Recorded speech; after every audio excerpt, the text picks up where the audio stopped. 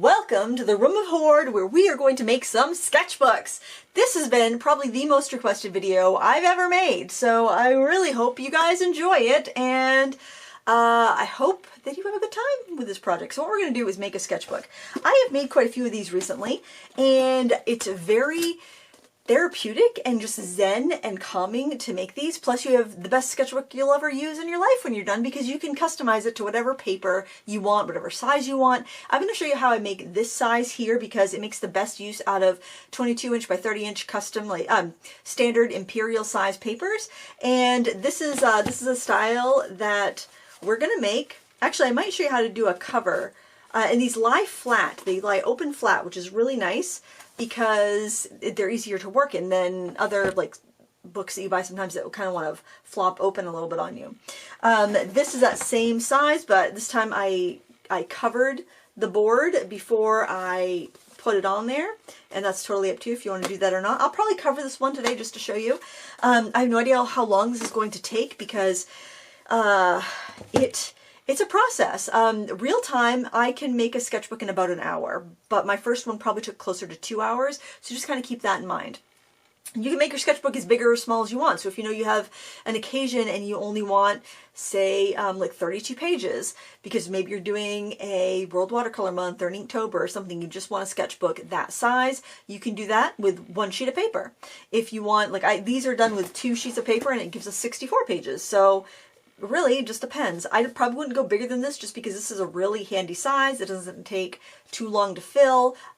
It's not too heavy to carry around, but you don't use it up too quickly either. So that's my perfect size, but of course we're all different. So let's look at some of the materials that we're going to use. The first thing that you're going to need is paper. If you don't want to get the big sheets of paper, what you can do is get a small pad of paper and trim it down with a like a paper trimmer. This is 6 by 9, so if you got a pad of say 12 by 9 papers from any art store, you could cut them down to this size, or you can buy this B 100% cotton 6 by 9 paper and fold it in half and use that for your pages, and that will give you something a little bit closer to this in size. So that's great if you don't have the space to deal with big sheets of paper. I've got a big table here in the Room of Horde, and that's why we're going to work in here, because we have spaces to do that. You're going to need a straight edge for tearing your paper if you want to have deckled edges, or you'll need a straight edge and an X-Acto knife for cutting your paper. It just depends on the look you want. I like the deckled edges, and I'll show you the difference here. I find with the deckled edge, because you've got the uneven edge, it looks kind of fancy and artsy, but also it's easier to flip through the pages, in my opinion. Obviously, we're all different. This was straight edge because I used pre-cut sheets of paper for this. It really just depends on what you like, and there's no right or wrong. You just do what you want to do. You do you with your sketchbook. We're going to need you're going to need a straight edge. I got this one at the hardware store. It's a Master Mechanic brand. I think it cost me like, I don't know, it was under $5. And I like this because it's nice and long. It is slippery, so I put a piece of tape on the back, and I did this probably 20 years ago, and it's still there. I use this for mat cutting as well, so it's a little bit thicker, and I can run my mat cutter, my bevel cutter, across it without it slipping. So that's an option. Another option that's actually, I think, works a little bit better is this lighter weight aluminum ruler. It's got a thinner edge, so it actually tears the paper a little bit better. So that's probably what we're going to use today. This is what we used in my my retreat that I did in France. We had these, and I was a little skeptical because they're very lightweight, but then they were so much easier to pull the paper against because they're sharper. So either way, I probably would try to find a metal one, just because it's going to have a little bit more of a bite than a wooden one would, like a wooden yardstick. But if you had to use a shorter one, I think that would be fine too. This was definitely long enough to do it. You didn't have to have it the full length of the paper. You're going to need something to poke with, and you can use an awl. This is just a small bookbinding awl. You can use a big, more of like a hardware store awl.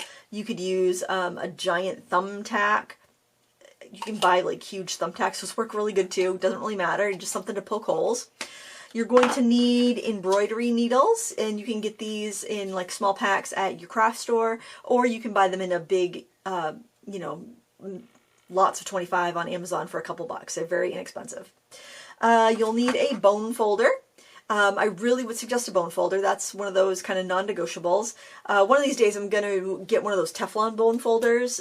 This is you can get them made out of real bone. This is a plastic one. It will wear down a bit, but one of these days I'm going to get a Teflon bone folder because I think that would be really exquisite, especially if I'm making a bunch of these. But this is going to do the trick. It's probably not going to matter one bit. You're going to need some waxed thread. It can be cotton or linen, whatever is convenient for you to buy.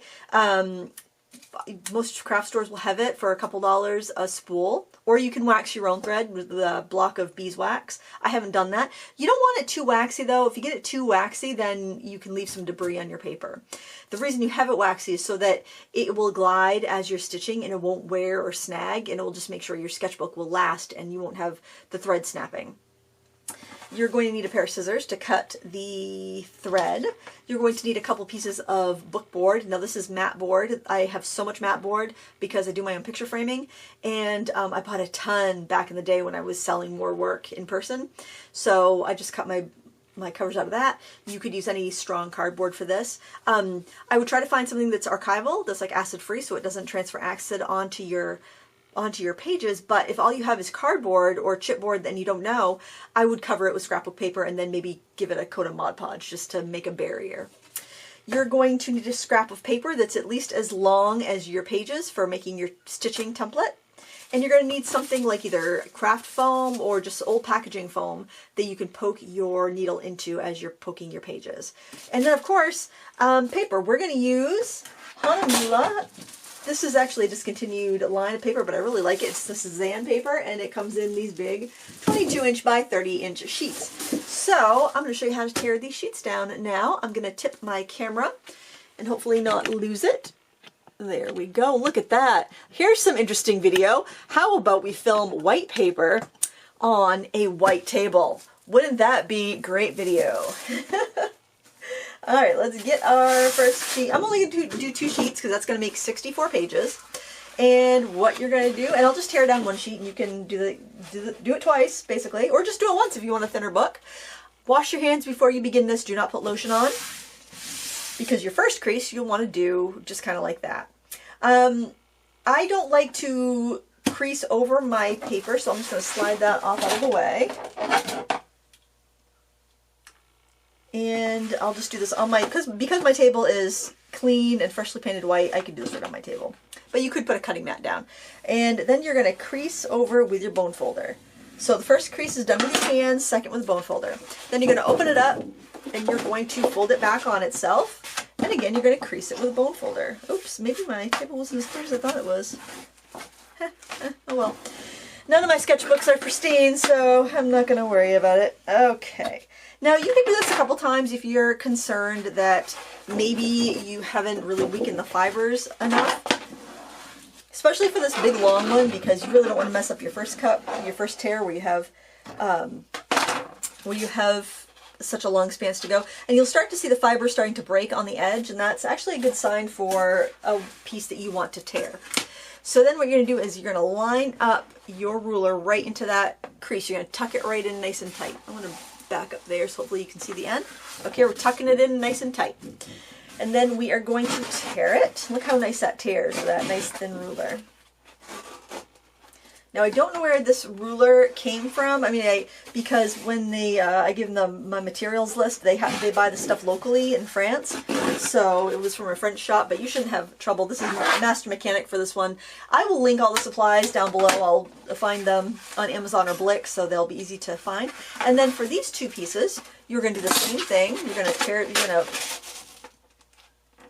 do the soft fold. Now take your time to line stuff up, because that's really going to make the difference between your sketchbook looking nice and professional and it looking like a hot mess. Do I have my hot mess one?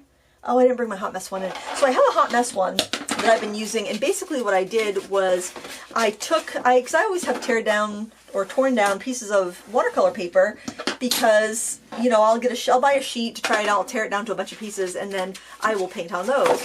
And so I had a bunch of random sheets of watercolor paper, and I'm like, why don't I just bind these into a book and make a cool book that's got a lot of variety of paper in there. But because I wasn't as careful when I tore down my pages back in the day randomly, all the pages were just like, you know, would be a millimeter off here, a millimeter off there. Not bad, but definitely to do it again, I would be more careful. So then we're also going to take these two pieces and we're going to fold and tear them one more time. So this is going to be getting us down to our page size. Remember, we have nice, clean, dry hands with no lotion. Do our first fold with our hands, and then we do kind of 3 more times with the bone folder. So we get a nice sharp crease, and then we tear it with the ruler. And so what you're going to end up with from each sheet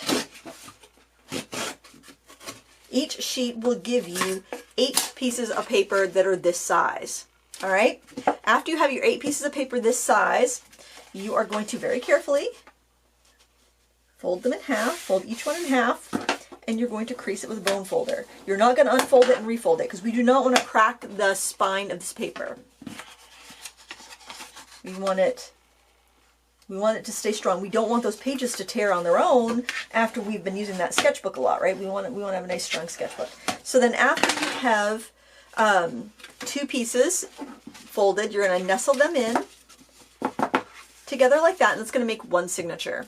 And so you're going to do that for all of those two big sheets. You're going to tear them down like this, and you are going to tear them down to this size. Then you're going to score them in half, and you're going to nestle them in, and you're going to have them all in little groups of 2, just like this. Okay? So pause the video, get your paper done to this point, and then come back and I'll show you how to do the next step. To make the cover for your sketchbook, you are going to need 2 pieces of bookboard or cardboard, whatever you're using. I'm using matte board, that is either the exact same size or just a little bit bigger than your paper. Like I'm talking 1/8 of an inch bigger on 3 sides. That's pretty much it, because everything's going to be flush on the spine. And then if you want things to hang over or have like a 1/8 of an inch margin of error, that's fine. Or have it the exact same size. You don't want it really big, or I don't know, I think it kind of ruins the look. So that's how you get your book covers. Just cut them to size. And then if you want to cover your book covers, here's how you do it. You don't have to, but if you want to, this is what I do. I like to use scrapbook paper. There are some nice high quality papers. This is kind of a cardstock weight, and this one is by Heidi Swap. I don't know if it's still available or not. It was from a kind of a travel set, but I loved how you had these like kind of train schematics in here. And I've picked 2 sheets to be on the outside cover, and then 1 sheet that I'll cut down to be on the inside cover. And then there was also these little journal boxes that were in that paper pad, and I thought I'll use one of these to go on the inside front cover to be a kind of, this belongs to. And then on the back, what I'll do is I will just glue in a pocket. And these are just like CD pockets. I just glue those in the back. And the reason I do that is because if I pick up memorabilia when I'm out traveling, maybe I bought a ticket to go on a train, or I bought a map to go hiking and I'm going to be painting there, I'll tuck that in there so I have that as part of the scrapbook or the sketchbook in case I want to collage it in later. So that's what I like to do to kind of, I don't know, finish it off a bit, make it a little more useful. So this is my inside paper. I'm going to set this aside for right now. And then to cover this, what I like to do is basically kind of put my paper down. I put it right side down, and I put my board down here. I'm going to put you know what, I'll just put the dark side up so you can see it a little bit easier. And then I'm going to trim this just so I have about an inch around. In fact, I'm going to use my other one because I've got a thicker edge to it. So I'm just going to go for about 1 inch on all sides. So I'll just use that to kind of measure it because these are about 1 inch wide. It doesn't have to be. It could be 3/4 of an inch. It could be 1.5 inches. I mean, it doesn't have to be perfect. You're not really going to be able to tell. Okay, so I'm going to trim this side. And you can always save your scraps to make bookmarks or whatever. And this is a great use up scrap projects too. Or you could even like save the scraps and then do a sketchbook where you just collage the scraps together on your book cover.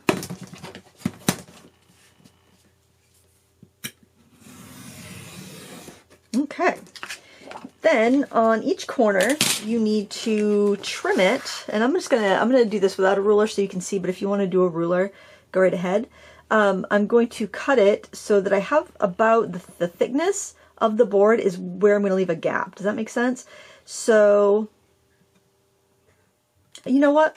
Easier idea to show you this. Let me get a pencil and trace this so you can, then I can use a ruler and I can really show you what I'm aiming for here. So hang on one second. All right, let me just trace around this. And this will just make it easier for you to see. I'm on the back side of the scrapbook paper, obviously. You wouldn't want to do that on the front side. So then when I go to trim, I'll show you, I'll do it on the outside here. I want to cut this off at like a 45-degree angle, and I'm going to leave about 1/8 of an inch gap there so that when I fold over the edges, I'm not going to have a bunch of extra space. You know, I'm not going to have a bunch of extra bulk in the corners. Okay, so I'll do that for each side.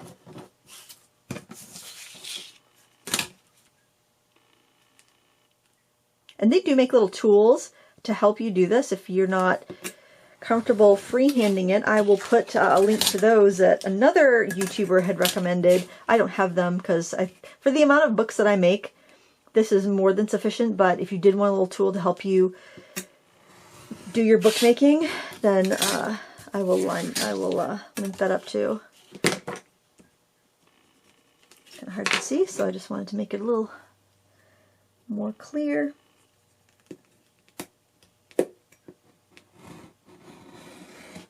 Okay, I switched rulers, doesn't matter which ruler you use. Okay, so then I would grab the bone folder back again, and you'll need your cover, and we're going to fold everything around. Just line it up as good as you can to where you had it. And you know, if you sometimes you have to flip it around because maybe you didn't cut it just exactly perfect, and that's fine. Now this paper actually has a little bit of a texture to it, so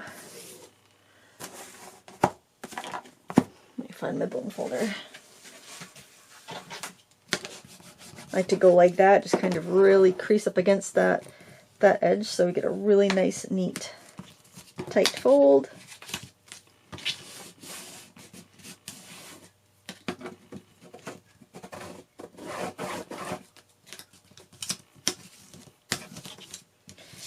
I know it seems awkward. It's really not. It's really not awkward. So we do end up with a teeny little bit of overlap on the corners.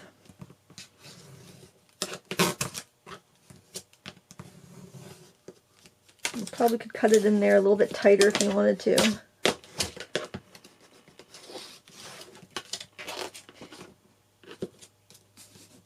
I mean, I wouldn't round the corners on this type of book just because then you'd have to go in and round all of the spine areas. I think it just looks better as a nice tidy block, personally.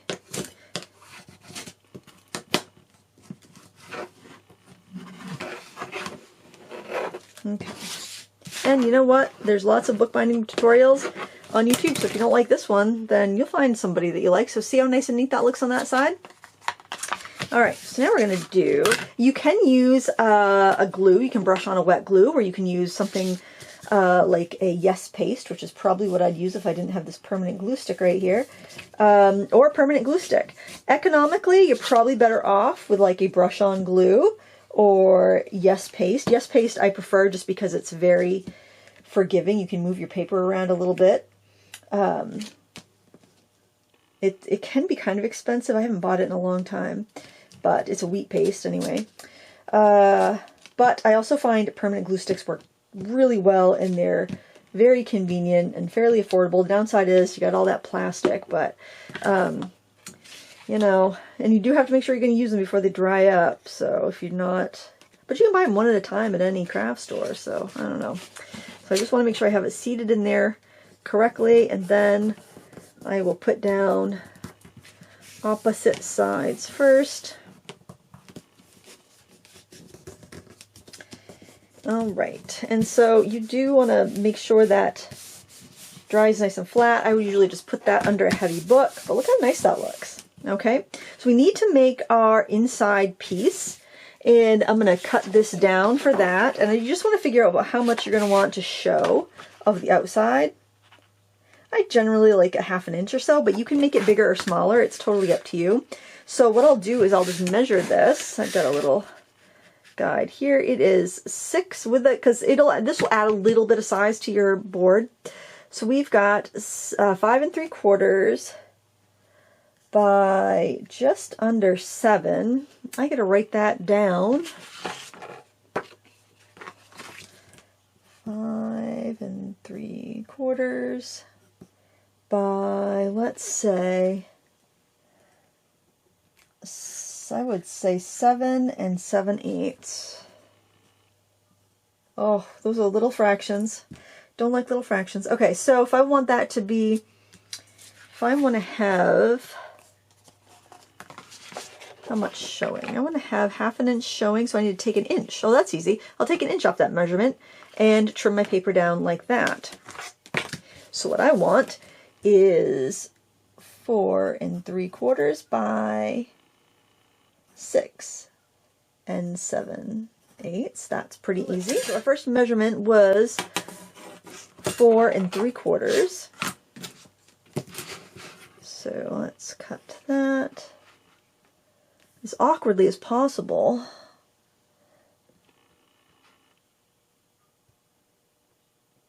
I just hope I don't slip. Once you get your paper cut down, it's a little bit easier. Okay, so 4 3/4 by 6 7/8.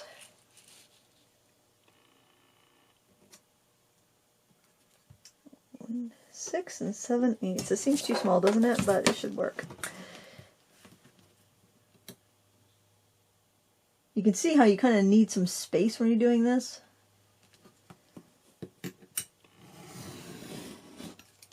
Okay. And then I will cut the same size. Oh, maybe from like right there. All right. So these are our inner papers here. So you need to put the blue on both of your covers. And then what you're going to do is we're going to put this on the inside here. I'll make this a front cover because I like the way that looks. And this one will be the one in the back with the pocket, I think. All right. So if you're doing like a brush on glue, I would brush glue on both parts. I would do it on the paper and also the surface you're going to put it onto. One word of caution against the Yes paste. Not really against it, but when you're using the Yes paste, it will be sticky if you have any of it exposed. So like maybe get an old magazine or some scrap paper to do your gluing on. So you, when you put the glue on, because it will stay sticky wherever it is.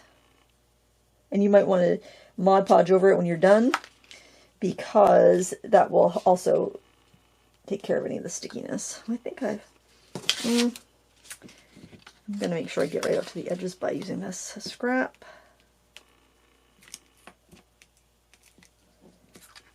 Keep it off of my table. You don't want to get glue anywhere you're going to be setting paper. But this, like, even if you can get all the way out to the edges on this one, this inner piece will seal everything down. And it does give you an extra layer on the book board or the mat board to be a just to be an extra bit of sturdiness. Okay, and we do this before we punch holes if we're going to cover it. In my opinion, I think that's the way to do it. So you want to do that to the other cover, and yeah, and if you want to put in this, I mean, I think I'll probably do that. I'll just trim that down and glue that on while I'm at it. You know what? No, I'm going to wait because I don't know what's going to be. I'll make sure I have my book made and glue it on the front cover to make sure I have the right cover. So I'll wait on that. I would recommend that too. But get your other cover ready, get all your papers ready, and then we'll show you how to poke the holes in the next session, the next clip. Now let's make the template for our stitching holes. So the first thing you want to do is find a scrap of paper, and you want to cut it to the length of your paper here. Make a little cut. Just double check that it's the same length. It is. And this is how you make your stitching guide, basically. You're going to fold it in half.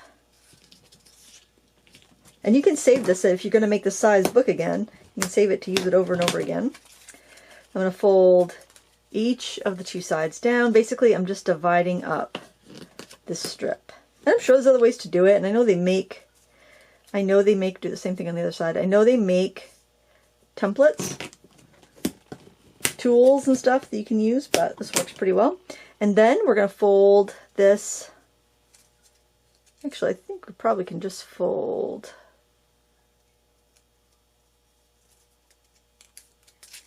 these two back.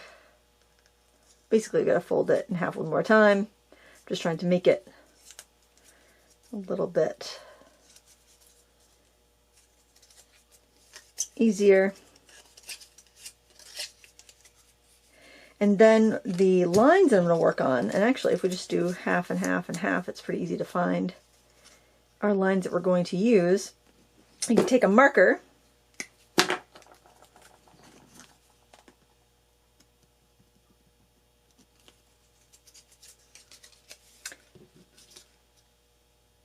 and there we have our 4 lines. I'm going to use the skinny end.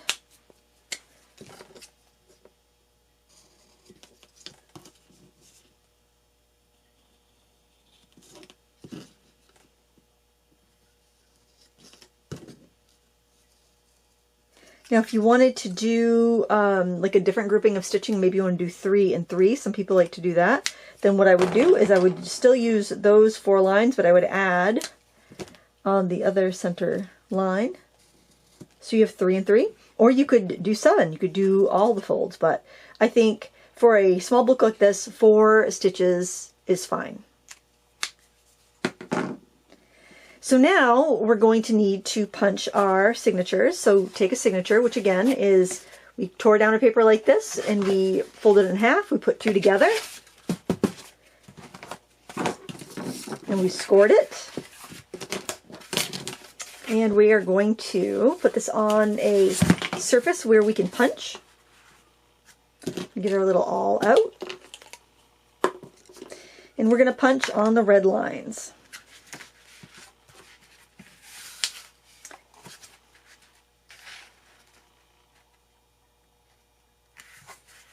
Line it up.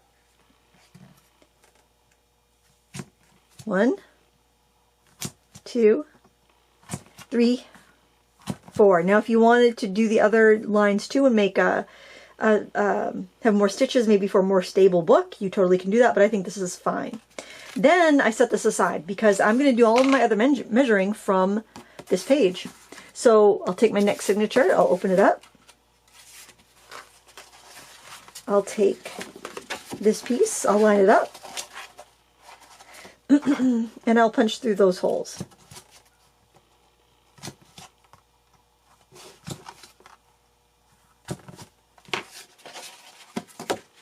Grab my next one, line it up, and I'm going to do this on every signature until they're all punched. Alright, so here is our stack of punch signatures. Now if you look at them like this and you see that maybe one looks a little bit like the stitches are off, flip it around because probably something just got, a page just got flipped around when you put it in the stack. So just double check that they're all pretty well lined up. They don't have to be perfect, but pretty close. Now we need to punch the holes in our covers. So here are our covers. They're nice and dry. Okay, so you can figure out what you want for your front and your back. I think I want this one as the back, and this one is the front. These are the inside covers. This is how they'll be when they're all stitched together, FYI. Okay, not too bad. So I'm going to go back to my template. I'm just going to set that like that. I just got to figure out what side am I going to, what side do I want to, what side do I want to be up, what side do I want to punch it on. I think I like that. Let's turn that so if there's any lettering Well, lettering goes both ways. I think like that. I think that's how I want it. Okay, so now I'm going to take my template again. Double check that it lines up with what I just did. Okay, now the cover is going to be a smidgen larger because we covered it with paper. If not, it might fit exactly. But generally, you're going to have your cover just a little bit bigger. These down, do the same.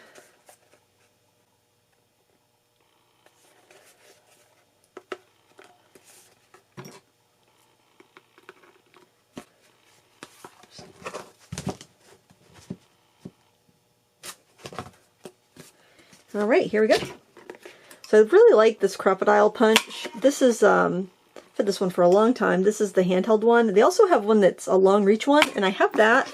I do not use it anywhere near as often as this one, so this would be my pick if you are looking for a heavy duty punch. But leather punches will work, and you can, like I said, you could also poke holes with the awl. That's absolutely fine. Just measure an inch in.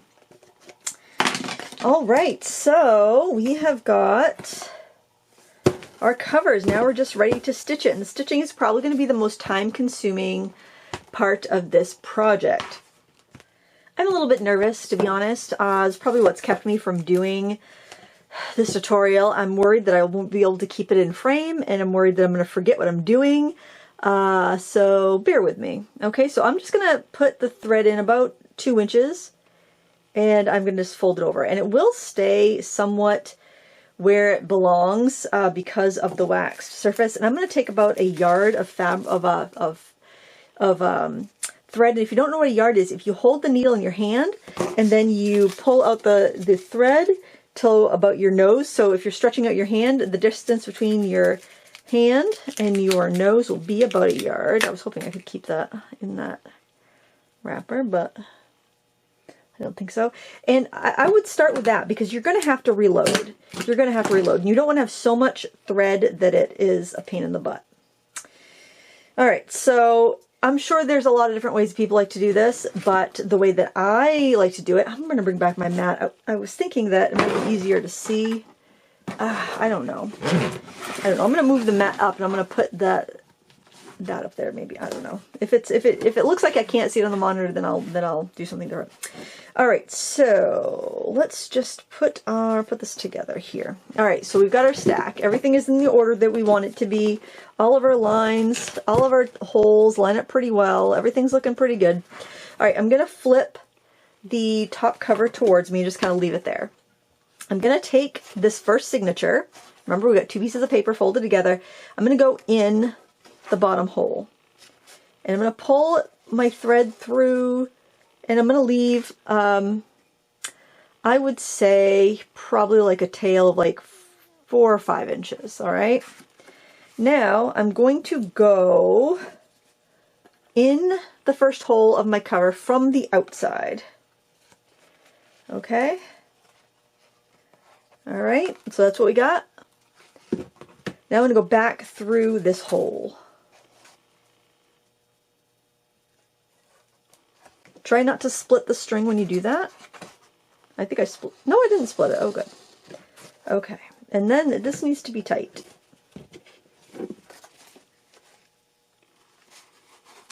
But I don't want to pull out my end. I want to pull out my loose end because I'm going to have to tie that off in a second. This is super awkward. This is really, really awkward. Okay.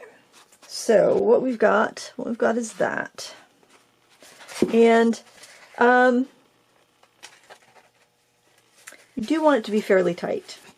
You don't want it to be so tight that your book's going to pop open on you, but you need it to be fairly tight or you're going to have a loose, wobbly book. All right. Now I'm going to go in the second hole here.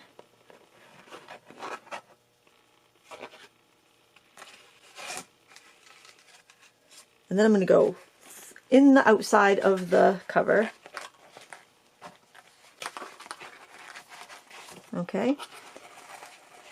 And I'm going to come back through that hole that I just came out of.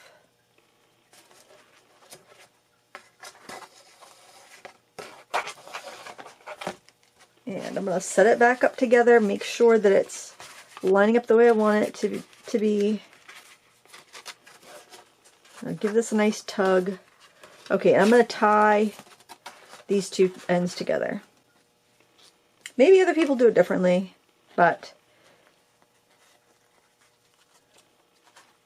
I want a really nice tight start here. You'll know by the end of your first book if you go too tight or too loose. If you go too loose, you can always take it apart and resew it. All right, don't fret. You'll have the idea. Okay, so we've got our first 2 stitches done. This is the direction we're in. All right, so we're going to go down through the 3rd hole. This will become very, the covers are just a little bit, oh shoot, pulled my needle off. The covers are a little friggy. Once you get beyond the covers, the main pages, they're just gonna, I'm just rethreading this. Hopefully you haven't done that, but waxed thread is very easy to thread.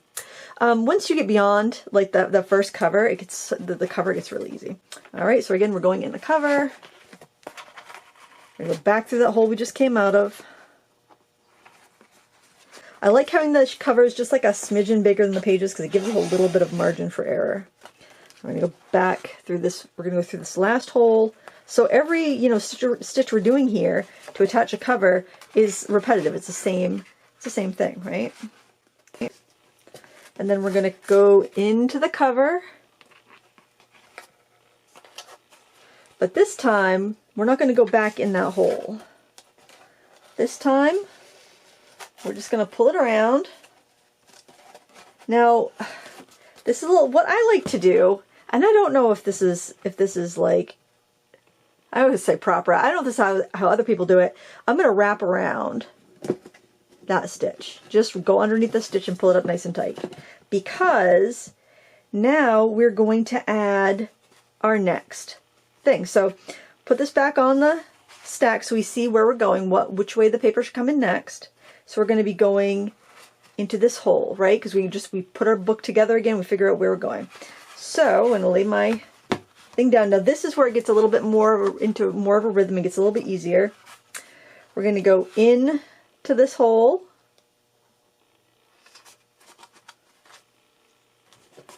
And this is going to start attaching the second signature. And this is how every other signature is going to be done after that. All right, and then we're going to go into the next hole.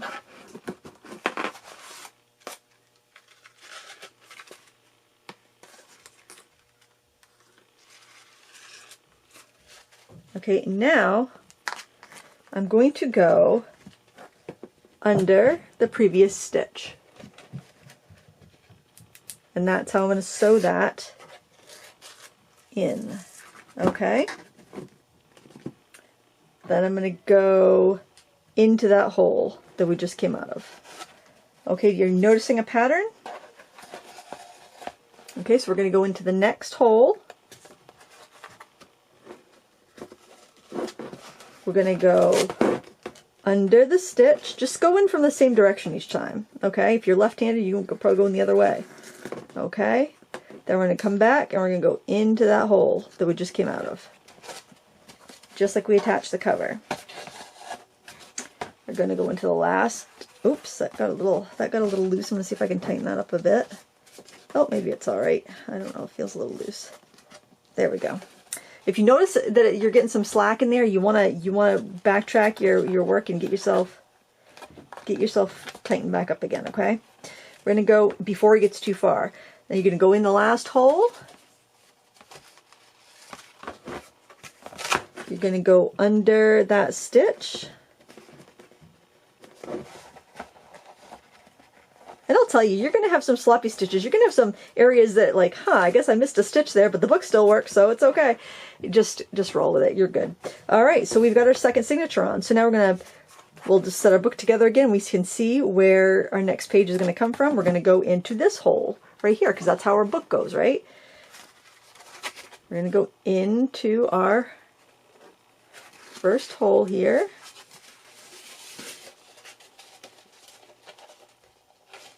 I wonder if I messed up putting that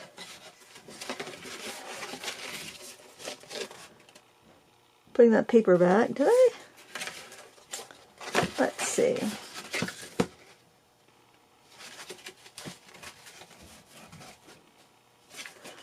I'm not like other bookbinders that know what they're doing. But you wanted a tutorial from me. I'm very flattered. So I'm just gonna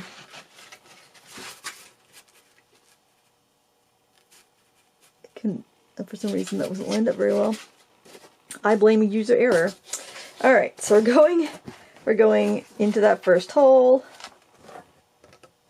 We're going to go through the second hole because we're adding a page. We'll go to this next one because that's how it goes. Why? I don't know. It's how it goes. We're going to go under the previous stitch.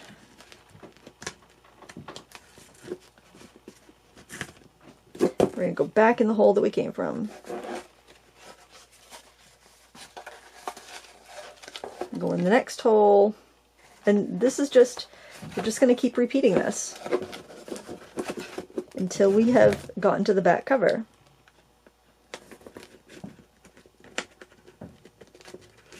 So basically we're going in through the holes and we're attaching it by wrapping it around the previous external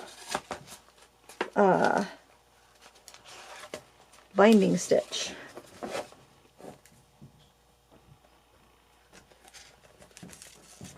Alright, time for another page. And by this time we know we're going into that one, right?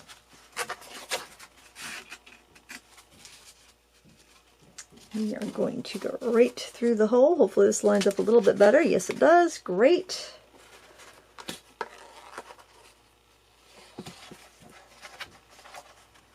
Then we're going to go out the next hole. Now you will, at least I notice with my books, sometimes you have the ends, the stitches on the ends look a little bit wimpier because you're not getting that same wrapping stitch each time when you change. So like when you go to add a page, you're not going back through that hole. So what I sometimes do is I will weave extra thread around those ends when I'm finishing up. If I have some extra tails, I'll just weave them around the end. Is that the absolute correct way to do it? I have no idea. That's how I do it, so it looks balanced. And if you're using white thread and you got white paper, you're not going to notice. Okay, so if you need to rewind any of these steps, then please do. And we will see back here when we're getting ready to put the last sheet in and do the cover. And of course, if you're doing more pages, that's fine. It's the same process. Or if you're doing fewer, it's the same process. Oh, you know what? Why don't I want to do a few more stitches because I'm about ready to attach more thread, so I can show you how to do that. So we're going to carry on here, and I'm going to wrap under, go through the hole, and then I'm going to attach another length of thread, another yard of thread.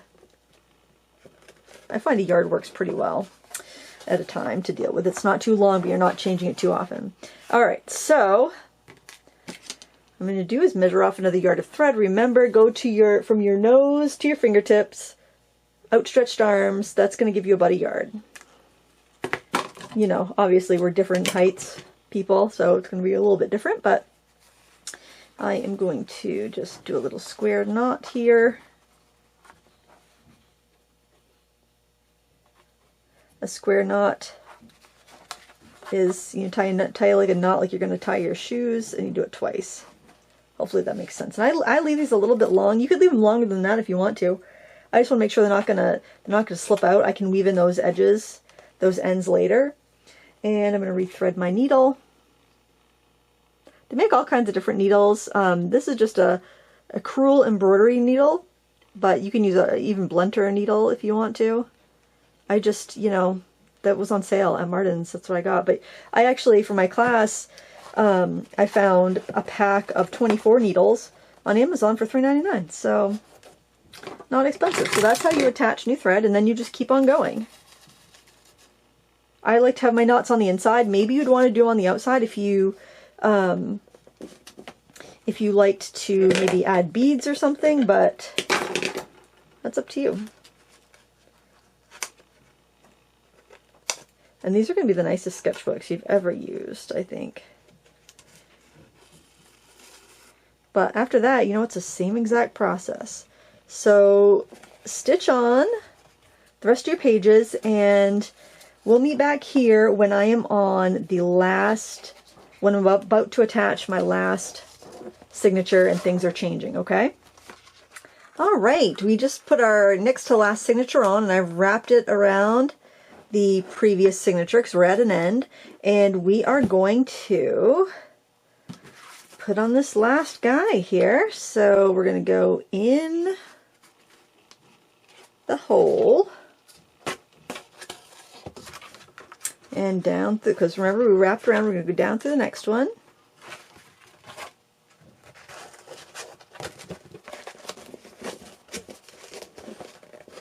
And wrap, go under or wrap around or whatever you want to call it, under that previous stitch.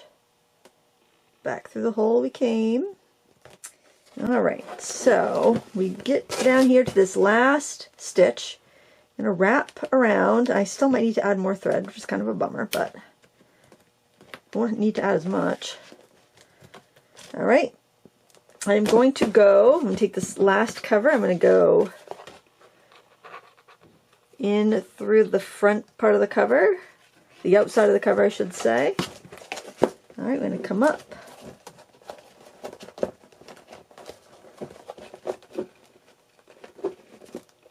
I'm going to wrap around the previous stitch.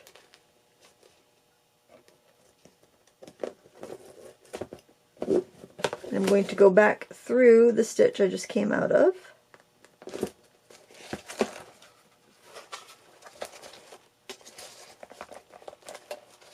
And I'm going to make sure that's tight enough, but not too tight.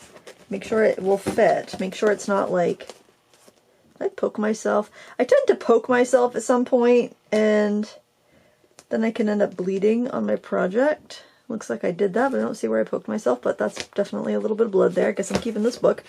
And let's see, now we're going to go through that next stitch.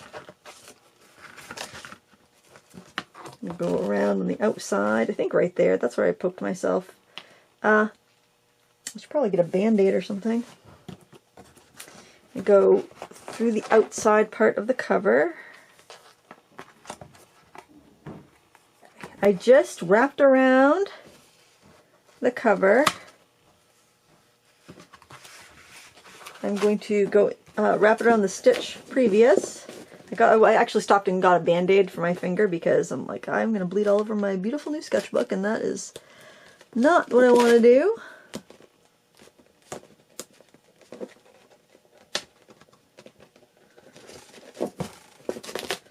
Okay, I'm going to go into that stitch I just came out of.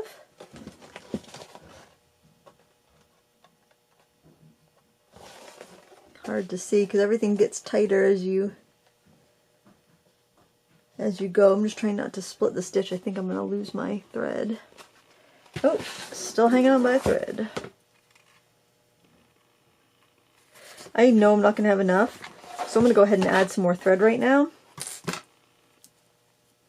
I don't need too much. Maybe like, I'll add like 2 feet. A foot and a half maybe. I don't need that much. Alright, so we're going to go through this one. We're going to go around, we're going to go to, back in through the front or the outside of the cover. Okay.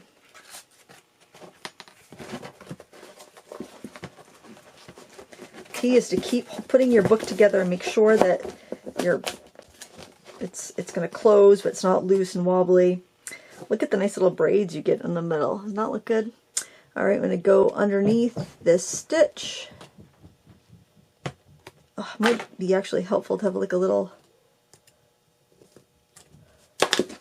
tool to help you get your needle back up. This is the hardest part.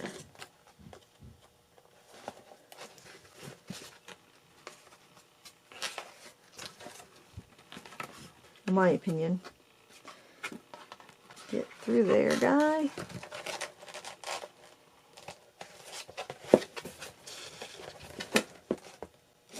Alright, we wrapped it around the previous stitch. We're going to go back through that hole.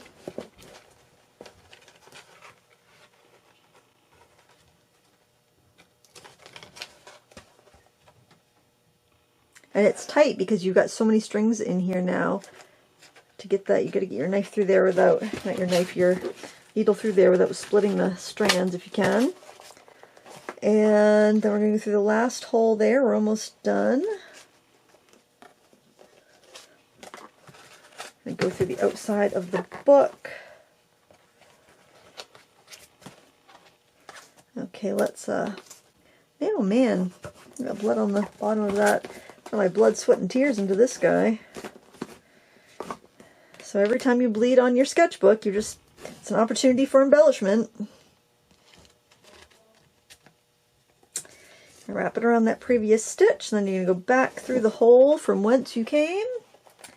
That sounded gross. Sorry. In there. Oh my. Okay, and there we are. So at this point, what I'm going to do is I'm going to tie this to that other end a few times. Hopefully I can get it tight. Wax threads do hold their knots pretty well, I find. Alright. And as far as the ends, you could bead that and let it hang out the edge. You could just kind of weave it in if you want to. I hate that there's two knots on this one, but you should, well, you just never know. I guess you probably would once you got to a level of having some familiarity. I'd like to just, I think what I'm going to do, actually, this is how I'm going to finish it off. I'm going to do this to all the ends. I am going to just rethread it. And wrap it around a few times. Oh my gosh, are you going to stay in there? No. Because I don't want, you don't want to cut it really short, because then if you have any sort of like, if your thread wiggles at all, now I'm just gonna, yeah, actually I think I'll just leave it like that. If your thread wiggles at all, then your knot will pull through. So you do want to have that room for, you know, expansion or whatever. You know, maybe you decide to do a bunch of collaging or adding things into your book, and then it gets a little bit thicker.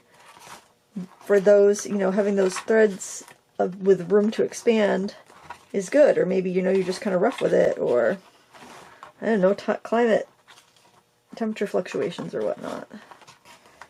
So I'm just going to wrap this around a few times.